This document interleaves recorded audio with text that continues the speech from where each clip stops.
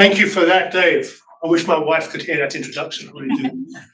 Thank you to everybody. First of all, thank you to everybody at Marsh, and thank you for that. Much appreciated. Thanks to Gavin, his team here. Thank you to everybody here. I walk into this room feeling that I know many of you. We have been connected online. We have a fantastic, vibrant and active ISRM chapter here in Australia and New Zealand. I was here in October 2019, just before COVID. We launched the ISRM chapter at an evening event, and by the end of the evening, we had 6 chapters in place because people came up and said, we would like to be part of this. And as I think Lord Harris mentioned, and as was mentioned in a part of, I think, one of the introductions, that when I set up the ISRM in 2018, went live March 2019. The purpose was specifically to create a platform where academics, policymakers, and practitioners could come together and have a grown-up conversation. That was the phrase we used. We need to have a grown-up conversation. And for somebody who's had the privilege over the last 30 years of my life to be involved in this sector from multiple perspectives, from an academic perspective, I did my doctorate in this stuff. From a practitioner perspective, I've run companies. From a policy perspective, I've been a consultant. It seems absolutely clear to me that 98% of the people who claimed to be talking about strategic risk and crisis management were not. They were talking about enhanced tactical risk and crisis management, doing stuff bigger, better, more complex, and that's fine. But conceptually, that's not the same as strategic risk and crisis management. And one of the things that became absolutely clear to me was that the people who are responsible, who are tasked with considering this, conceptualizing it, articulating it, creating structures and frameworks that are designed to keep our communities and our world safe, those people had almost absolutely no awareness of the incredibly rich work that had been done in academia around many of these deeply challenging questions. And if you don't have an understanding of the academic work, then Lord Harris gave two Chinese phrases. I'm going to give another Chinese phrase, which is basically you are a dog chasing flies. And in Chinese, apparently, a dog chasing flies means that it's random movement. You have no strategy, you have no tactics. You just, whatever lands on your nose last time, you chase that one. And at the end of the evening, you haven't caught any flies. And it seemed to me that, that's much appreciated. Thank you. Cheers. Good house. Cheers. I'm not sure what's in there. On the other hand, he said we don't have a flat surface there, so yeah. That could have been incredibly embarrassing. But hey, but what happens is that if you do not have an understanding of the academic work, then you have no structure and you don't have no framework. And what academic familiarity does, it does not solve your problems, but what it does do is gives you a structure to discuss complexity. And I think that that's what's missing, that structure. And anybody who's heard me speak in any context at all knows that at some stage in the first 10 minutes, I'm going to talk about the fact that what we are missing is a bridge between aspiration and delivery. I spent about a week putting together my presentation. I'm going to completely ignore it because I realized it's not the right thing for this presentation. So I'm just going to go freestyle now. But basically speaking, what we have on one side is we have aspiration. We have mission statements, we have policies, we have COP26 talking about climate change. How did that go? It's all words. We have Vision 23, 2030, Strategy 2030, blah, blah, blah, blah, blah, blah, blah. On the other side, as a counterbalance to that, and what every single one of you, I believe, I'm now going to tell you what you are trying to achieve, every one of you. And every one of you in your own context is trying to achieve 3 things: influence, impact, and legacy. That's what we're trying to achieve: influence, impact, and legacy. And as you can see, I can say that to anybody in the world, and they go, yeah, that's right, that's absolutely true. It's agnostic. It's sector agnostic. It doesn't matter who you are. If you're in a certain role, then you're trying to achieve influence, impact, and legacy. But if you want to transition from aspiration, policies, and mission statements into influence, impact, and legacy, you're missing the bit. What's the bit that's missing? And the bit that's missing is what we bring. And in my phraseology, and you have your own phraseology, your own terminology, but in my terminology, what is missing is structure and methodology. We need structure and we need methodology. That allows us to have delivery and to have influence, impact, and legacy. Now, one of the areas that we are working at very largely within the ISRM at the moment is global urban resilience. And we're working with Toby Harris. I am on the National Preparedness Commission, as is Representative Marsh in London, which is where I first came across you guys. But from what we're doing is we've taken ownership of that global urban resilience. We're working with the International Federation of the Red Cross. We're working with the Indonesian government at the moment on the EU program building universities for leading in disaster resilience, working with 8 universities in Indonesia. I am a professor at the United Nations University, European Centre of Peace and Development, based out of Belgrade, where I lead their strategic risk and crisis management program. But one of the incredibly positive things about framing the problems we're facing in terms of global urban resilience is that if you want to impact and have influence at national level, it's almost impossible. It's almost impossible to get through the gatekeepers to meet the policymakers. But at city level, I guarantee you I can get to anybody in any city in the world in 3 days. Guaranteed. Why? Because they're doing this stuff. And they've got frameworks to do this. And so for cities, you can get access to these people. They are facing this stuff on a daily basis. There used to be the 100 resilient cities, there's et cetera, et cetera. There's all sorts of frameworks in place. And so if we look at where the impact of these global events that we've been talking about are happening, we do not talk about impact at national level. We talk about the impacts on cities, the impact on Brisbane, the impact on Sydney, the impact on New York, the impact on Houston, the impact on London. And so if we look at how we can formulate the response, what can we do? What can we do to actually have impact, influence, and legacy in this real world we're living in? And my feelings at the city level, I think that's where we're going to be seeing the real action, is at the city level.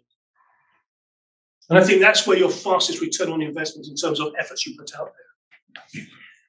Now, I imagine that every single one of you is facing a fundamental problem, not a fundamental problem, a fundamental question every day that you wake up. Every day when you wake up and you go to your work, you're asking yourself a fundamental question. Does anybody know what the hell is going on? That's the question you're asking yourself. And anybody who says, yes, I know what's going on, you have to leave the room, my friends, because you have misunderstood the question, really. And the truth of the matter is that we don't. We don't. As Gav talked about, as Lord Toby Harris talked about, we haven't. It's very, very interesting because we were talking about insurance, and insurance is very central to what we're trying to talk about now, how we model insurance. I personally think, and I'm prepared to back that up, I'm not prepared to certainly discuss it over a couple of beers. I think insurance has almost disappeared in terms of a concept. Because if you talk about insurance, you're basing your fundamental beliefs on the fact that we live in a rational world. And the rationality of that world is based on the fact that we can observe the past, we can model the present, and we can project into the future. There is a continuity there. There is a rationality to it. You don't hold an apple and it falls up. You don't walk along and a horse falls out of the sky. There's a rationality to the universe we live in. But the question has to be whether that rationality is continued into 2023 or will continue from 2023 to 2030. Now, in terms of classical risk management as we understand it today, then basically, we can tell you when it started. And it started on September the 11th, 2001, 9/11. And from the perspective of today, the world prior to 9/11 seems a lot simpler. So more, it was linear, it was contained, it was you could isolate. And suddenly on September the 11th, 2001, we realized that no longer worked. Now, of course, it took some time to understand that. But looking back, that was the start of what we now consider as this complex, hyper-connected, high-dependent, high interrelated world. And if you do a very clever algorithm, or actually no, if you get a very clever PhD student to do a very clever algorithmic search, then what they will do is, if they did an algorithmic search on everything that we do, the presentations we give, the journals we read, the articles we write, the papers we write, and you said do an algorithmic search after 2001, then if you did that big, nice word map, the word absolutely in the center of that would be crisis. That's the word, crisis. And historically speaking, we can say that those years after 2001 were the years of crisis. 2000, obviously, then, and again, this is from a European-centric and American-centric center, I understand that, but 2005, of course, Hurricane Katrina, 2008, global world financial collapse, 2010, Deepwater Horizon, BP Deepwater Horizon, and then in 2011, March 11th, 2011, Fukushima. And the tsunami in northeast Japan came in, and of course, Japan has three things. It has earthquakes, it has tsunamis, and it has nuclear power stations. I mean, these are not unknown factors. And Professor Kurokawa, who wrote the report on the Japanese government report on Fukushima, said very clearly this was a man-made disaster. The disaster was not the tsunami. The tsunami was an event. The disaster was that we had not done our job properly. If you look at the report into COVID, the UK government report by James Arbuthnot, who both Toby and myself know quite well, it says very much that we were not ready. We were not ready like we thought we were ready. Being ready is the game. So until 2011, on that word map, you had the word crisis. And then in 2011, if you did that algorithmic search, a new word came in. And I'm sure that it was part of your lives as well. And suddenly it was resilience. And everything was resilient. And it was resilient societies and resilient communities, resilient organizations. Everybody had a resilience department. They did resilience contingent, blah, blah, blah, blah. Everything was resilient. But what was interesting is that crisis looks outside and resilience says, no, don't worry about outside. What about us? Are we ready? And so it changed the perspective. Now, from my perspective, as is so many of these things, again, 90% of the people talking about resilience, in my opinion, got it completely wrong because they saw resilience as bounce back ability. Basically, resilience is what happens after an event happens. No, it's not. You don't get fit the day before the match. You don't learn to dance the day before the ball. And you don't get resilient the day before the crisis. You have to be resilient. And the question is, how do you be resilient? Well, one of the things is you have to pay forward. You have to invest in becoming resilient over a long term. And as Toby said, we don't like to do that. And so we have the issues of how do we build resilient societies. But then in 2017, out of absolutely nowhere, a new word appeared. And it appeared from zero, and then it took up 80% of that word map. Bang. And in 2017, the new word was unprecedented. Suddenly, everything was unprecedented. Unprecedented weather, unprecedented data. So, 500 million data releases, unprecedented data releases, unprecedented infrastructure failures, unprecedented global supply chain issues. Suddenly, everything was unprecedented. And that's interesting. That's interesting. As you get older, you start realizing that the way people talk and the words they use has significance. You get a sensitivity to that. And the fact that we are using the word unprecedented is interesting because it goes back to my point about the rational world. Because what the word unprecedented means, we don't know what the hell's going on. That's what unprecedented means. It means that we have lost sight of the continuity. We have lost sight of the rationality of the world. Now, the question is it unprecedented? And of course, we have things like that came before that. We have, Nicholas Nissim Taleb's book on black swans, which has been probably one of the most understood books, and so one of the most understood theories for anybody. Black swan doesn't mean we weren't ready, we weren't paying attention. It means it's a paradigm shifting thing. Toby talked about the snowstorms in Texas a couple of years ago. As he said, Texas is the 9th, 10th largest economy in the world. Houston is the 4th largest city in America. And in some ways, the most technologically advanced because it is an oil-based city. Went offline in 3 days. Went off grid in 3 days. Why? Because of this snowstorm. But the problem was not the snowstorm. The problem was Houston, Texas was not ready for the snowstorm. That's not the same thing. And actually, if you look at the snowstorm they're talking about, you say, if you're from Milwaukee or Minnesota, they like, you think that's a snowstorm, you come and see a Minnesota snowstorm. You come and you see a Ukraine or a Sweden or a Canada snowstorm, that's not a snowstorm, my friend. And so what we have to do is we have to differentiate between the event and the crisis. COVID was not a crisis. COVID was not a crisis. COVID, for anybody who understands this stuff, COVID is only a mid-level pandemic. Ebola, that's a pandemic. The morbidity rate from Ebola, 50%.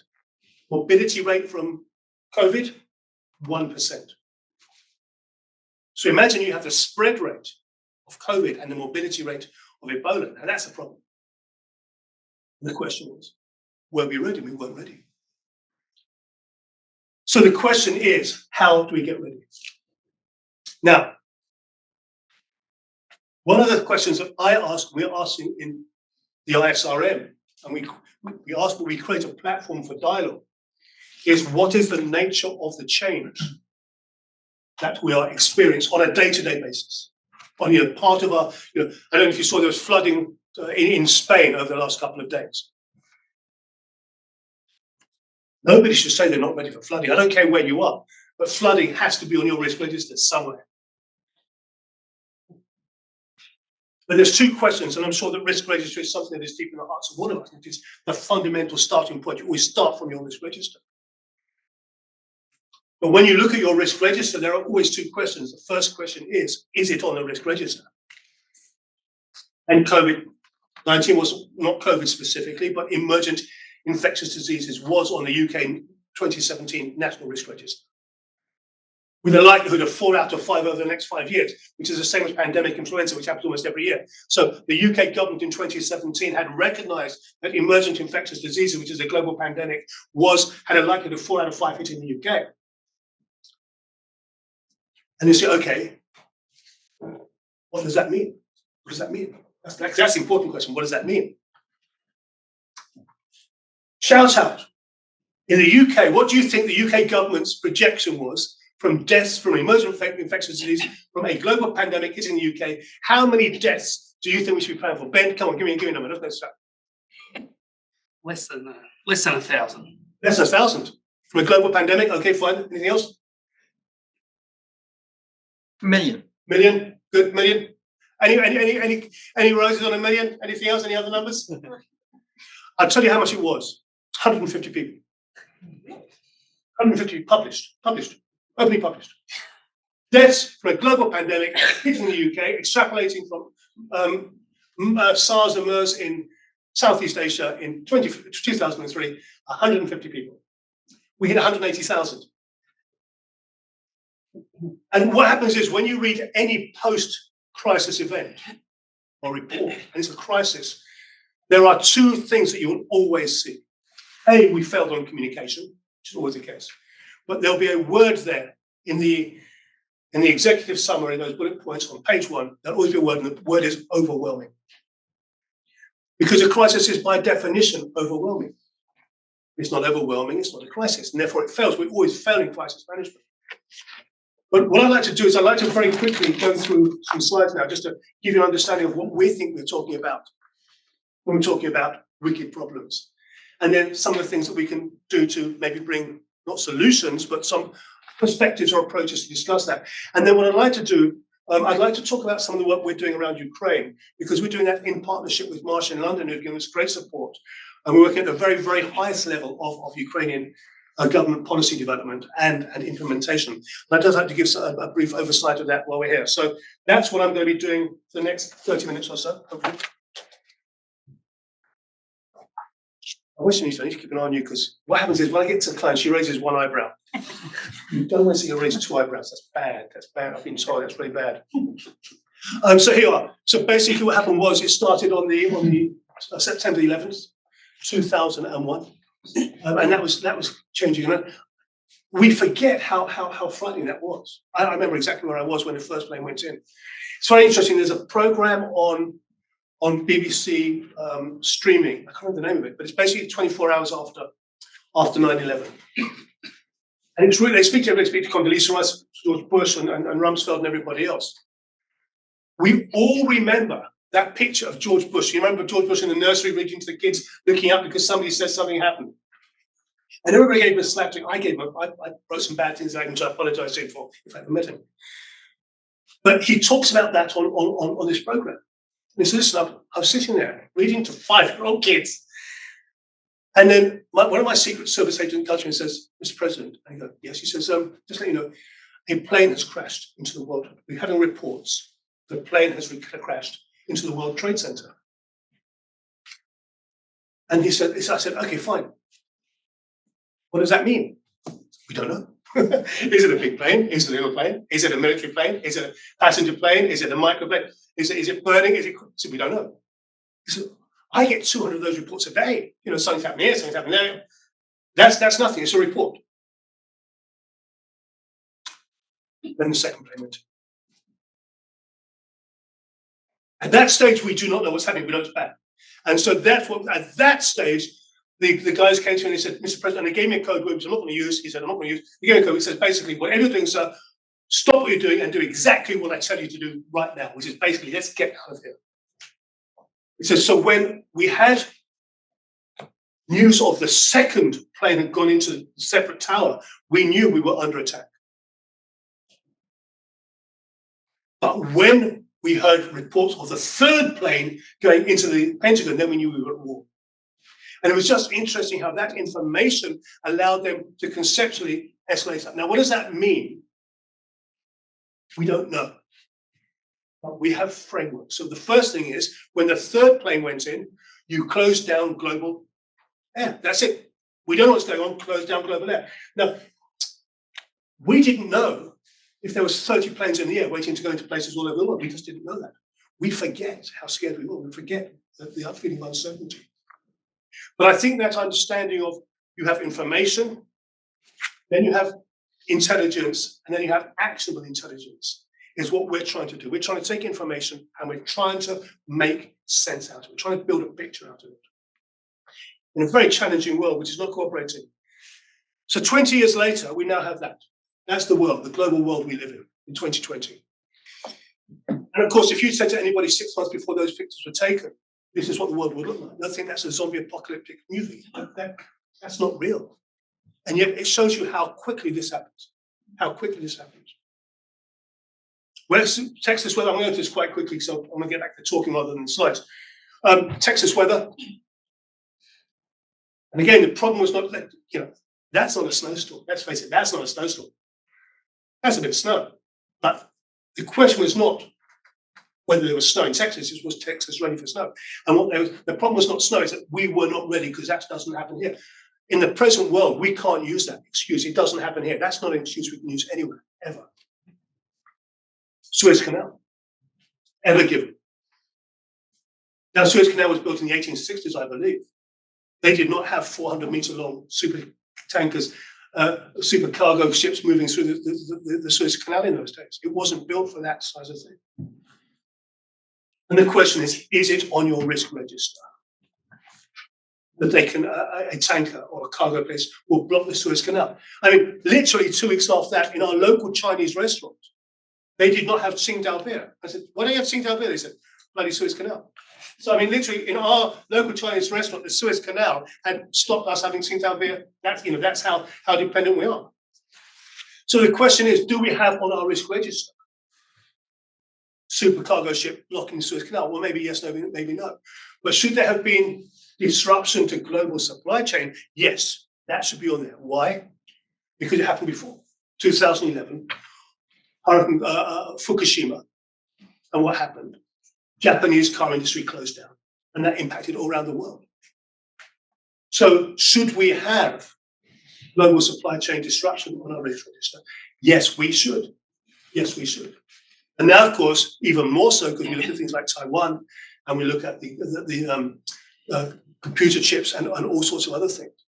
And personally, I think that one of the mid-term impacts of COVID is going to be that we're going to get much more into localization. We're going to have even hyper localization, that we want to be in control of our global ecosystems rather than have them extended to areas we have no control over. Then, of course, we have global connectivity. We use the word resilient. But actually, if you look at our systems, they're not resilient. They're very fragile. They're fragile. It's hard to define what resilience is, but we all know what fragility means. And what we now have, we have very fragile systems. But there's a new word on the lexicon. I don't know if you use it. There's a new word in our world what we're using, and that's brittle. The systems are brittle. They're not just fragile, they're brittle. What that means is that there's no elasticity. You take a piece of dried spaghetti, you put the tiniest bit of pressure on it, and it cracks. Or a Kit Kat, depending on what the metaphor might be. But it has no elasticity. And if you want to be resilient, you have to have spare capacity, because spare capacity beats in elasticity. And that is what resilience is. It's the ability to move, to mold. And yet we are consciously taking out spare capacity.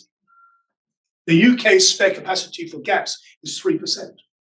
You can't run any system on 3% margin. You just can't. So what you're doing is you're building crises into the system. And this was just last week. This was Heathrow Airport. UK air traffic control goes down. And of course, that then disrupts global traffic all over the world. And a single rogue flight plan. So can we control that? We can't control that. And that can happen anywhere in the system. The systems are so fragile, they're so brittle, they're so interconnected that the slightest disruption anywhere has cascading consequences which are catastrophic. Instantaneous, global, and catastrophic. All big words. And so the question is, we've been to whether it's evolutionary or revolutionary. But I think there's another question we have to ask: is it mutational? Is the nature of the world we're living in mutational? I've said that we are maybe going through a paradigm shift.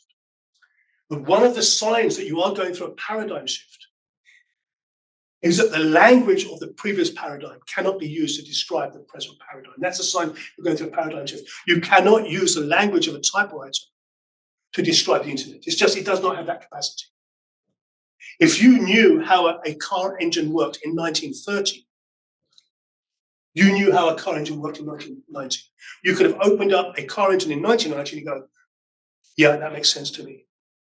You open up a car engine in 2020, it's computer chips. And so however skilled you are at managing that doesn't work here because we have a paradigm shift. And I think the question we have to ask ourselves is, are we going through a paradigm shift? And one of the signs that we are going through a paradigm shift is that we do not have the language to describe the problems. And we have perma-crisis or polycrisis.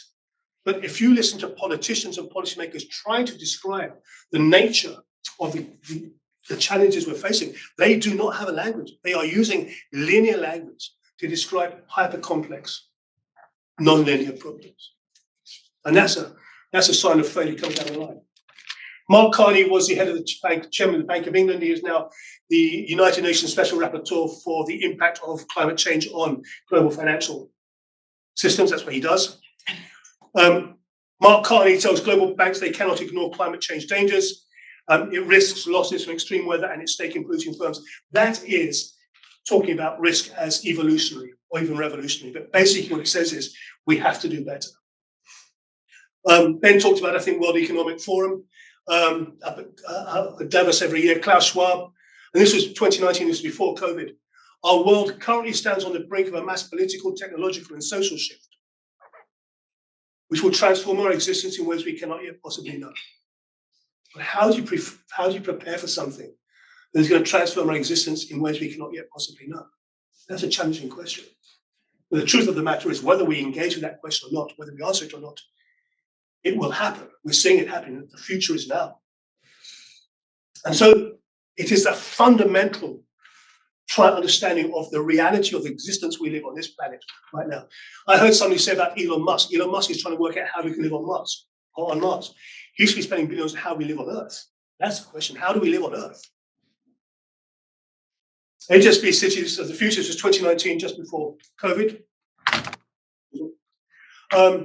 And being French, it was pretty slick and it was sexy and it was chic And it was all these things in mega regions and demographics and global urbanization and digital transformation, new industries. And not one single person mentioned, that exactly 1 year before, Paris had been underwater.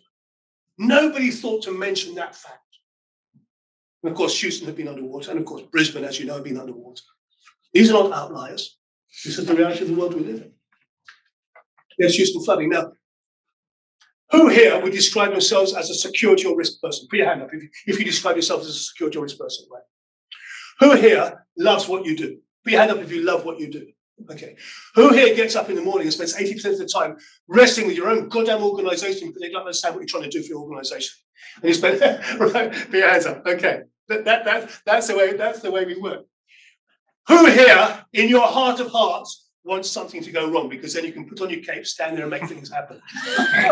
Yeah, exactly. We do. Yeah, exactly. We get up in the morning, we're hoping today, brother, can be the day that we can do our stuff, don't we?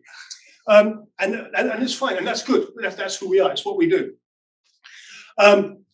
Houston had a flood plan. I'm sure they had a flood plan. They'd workshopped it. They'd had policy papers. They'd done tabletop exercises, and they knew the flood was coming. And I bet if you said to those people in Houston, "Are you ready?" They say, "Man, not only are you ready, bring it on, bring it on." And then they get up in the morning, open the curtains, and they use the phrase that proves you're in a crisis. And that phrase is, "I didn't think it'd be like that." And they didn't think like that. And whatever their plan is, doesn't work. London's number one basic main problem is flooding. It's just slightly, it's built slightly under the top. We have 21 tier 1 category A items in emergency hospitals. Every single one has an emergency energy power system. Where? In the basement. Somebody needs to think about this stuff. Right. And that's the truth of the world we're going to be living. I'm going to run this through because I'm going to get to the Ukraine thing. Okay, 10 minutes, under control. Exactly spot on. This is the world we're going to live in. We're going to live on the coast. That means everything that we do has to be thought about because it's going to be inoperable 6 months of the year. And that's a reality. This is not some future projection. Canada heat map. Let me tell you something. Canada should not look like this. Lucifer heat dome. You, of course, have these problems. I speak to somebody very senior from the EU, and I'm saying, what is the EU's program for dealing with heat at 40 degrees? And we don't have one. We don't have one. That's not on our risk register. And yet, you can't run a country or a region that's used to be running at 20 degrees and suddenly starts running at 40 degrees. It doesn't work. It just doesn't operate. And then, of course, you have Australia, as we know. Water. What happens when you have a city without water? In California, in Australia. These are deep, deep, deep systemic issues we have to talk about. I mean, this was happening in 2019 when I was here with Gav last time. And the people saying the problem is not that water management, it's that Australia doesn't have water. What does a dry continent mean? What is it? We've never lost a city yet. We've never lost a city. I think if we do lose a city because of water, either water or traffic management or pollution. And so there's three issues. There's three pillars: complexity, unprecedentedness, and non-recoverability. And those are the challenges we have to face. We have rational problems, which is the ability to define the problem, define the solution, and to understand how that works. And then we have irrational problems, wicked problems, which we can't define the problem. We don't know what the outcome. Do we go into lockdown? Do we not go into lockdown? We don't know what the answer is. There's no right answer. You can't try again. You've created a new reality. And of course, any solution you do put in place doesn't solve your problem. It just creates a new generation. There's no final win status. I hope I'll get the right reaction now. Let's see if I get the right response. Yeah, I did get the right response. I love it. I knew it. Oh, isn't that cute? That, my friend, is an incident. It's cuddly, it's small, we like it, we can deal with it, no problems. And then you have a major incident. Oh, okay, that's interesting. And then you have a seriously major incident. But the thing about it is we can see the continuity. We can see the line of continuity there. It's rational. And then we come into a wicked problem. Now, none of you have ever seen one of those. But if you did, you would recognize it because there's a continuity between that and that. And what we have is recognition prime decision making, RPDM, recognition prime decision making. And that's what our job is, my friends. That's what our job is, to recognize the patterns. It's just to recognize the patterns. That's what we have. If we recognize the patterns and we see the commonalities, not between the events, but between the class of things that are crises, there is a class of things called crisis, which we should understand. We should recognize those patterns. Because if we can really engage with it. We have unprecedented, no RPDM. And then it's just random. But what is the power of RPDM? It's this graph here. Look at South Korea at the bottom there. This is COVID death rates. UK government briefing. And the reason that South Korea was down there, because in 2003, the 4 countries of Southeast Asia were South Korea, Taiwan, Hong Kong, and Singapore, had been through MERS and SARS. And all that meant was that in 2019, when word came out of Wuhan that something bad was happening, they said, that's interesting, let's have a look. And in the UK, they ignored that completely. And Europe, they ignored that completely. They did nothing. But that shows we can make a difference. So that's my very, very quick take on wicked problems. I hope it's not that it's right or wrong. The thing about wicked problems is they're not your solutions to wicked problems. It's not they're right or wrong or good or bad. They're useful. Is it useful? Does it help us understand what we're doing? So that's that. And what I'd like to do is just very quickly talk about Marsh in the UK and the support they've given us. This was at the Marsh backdrop. You might recognize that, Ben, I don't know, but that's the Marsh offices in London, where they hosted a Ukrainian delegation for us earlier this year. There's my book. My book. There's two things that you really need to be able to do if you want to deal with wicked problems. And the first thing is, and it's very, very simple, my friends, you've got to be a learning organization. You've got to be a learning organization. That is the one thing you have to get right. You have to be fast learning in your DNA. And second, you've got to buy my book. That's the other thing.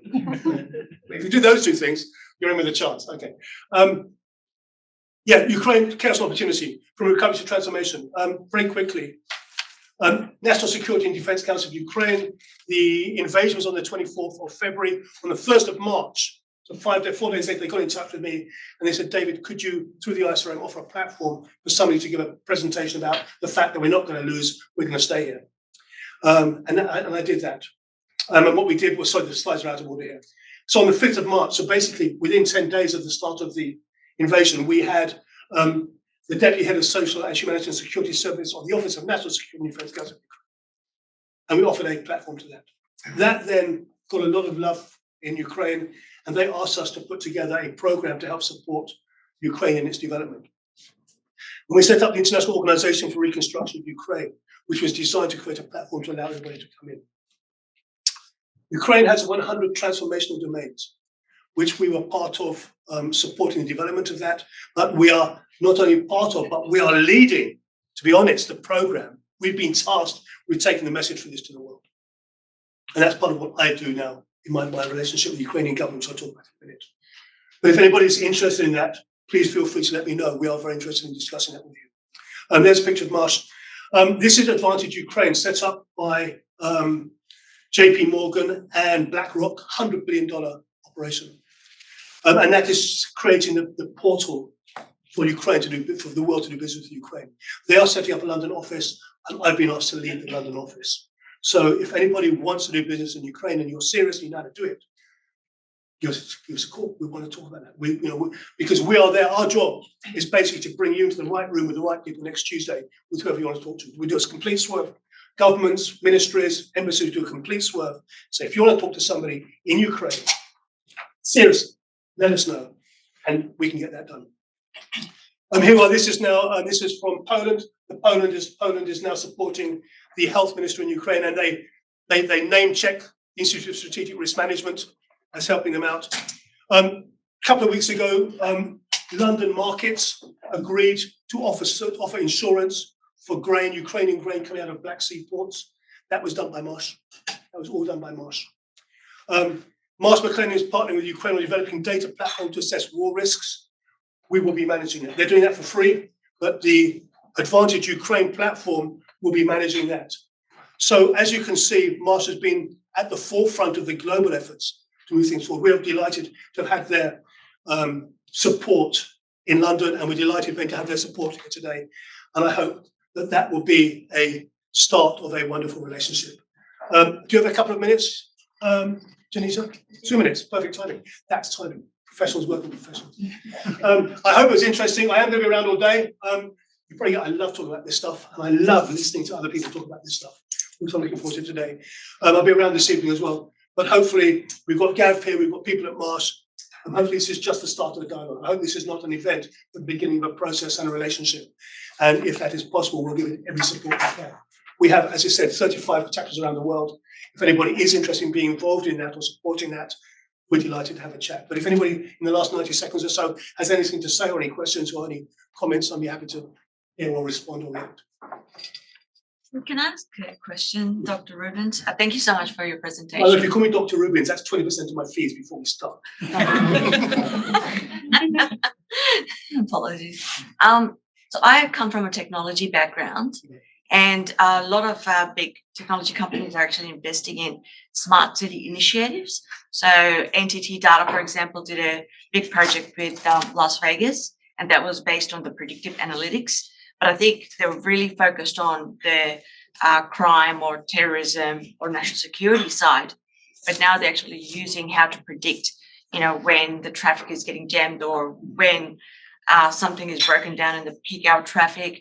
Also, there's a big project which occurred in Singapore as well, and they're also way ahead of predicting a lot of things which could bring disaster within the countries.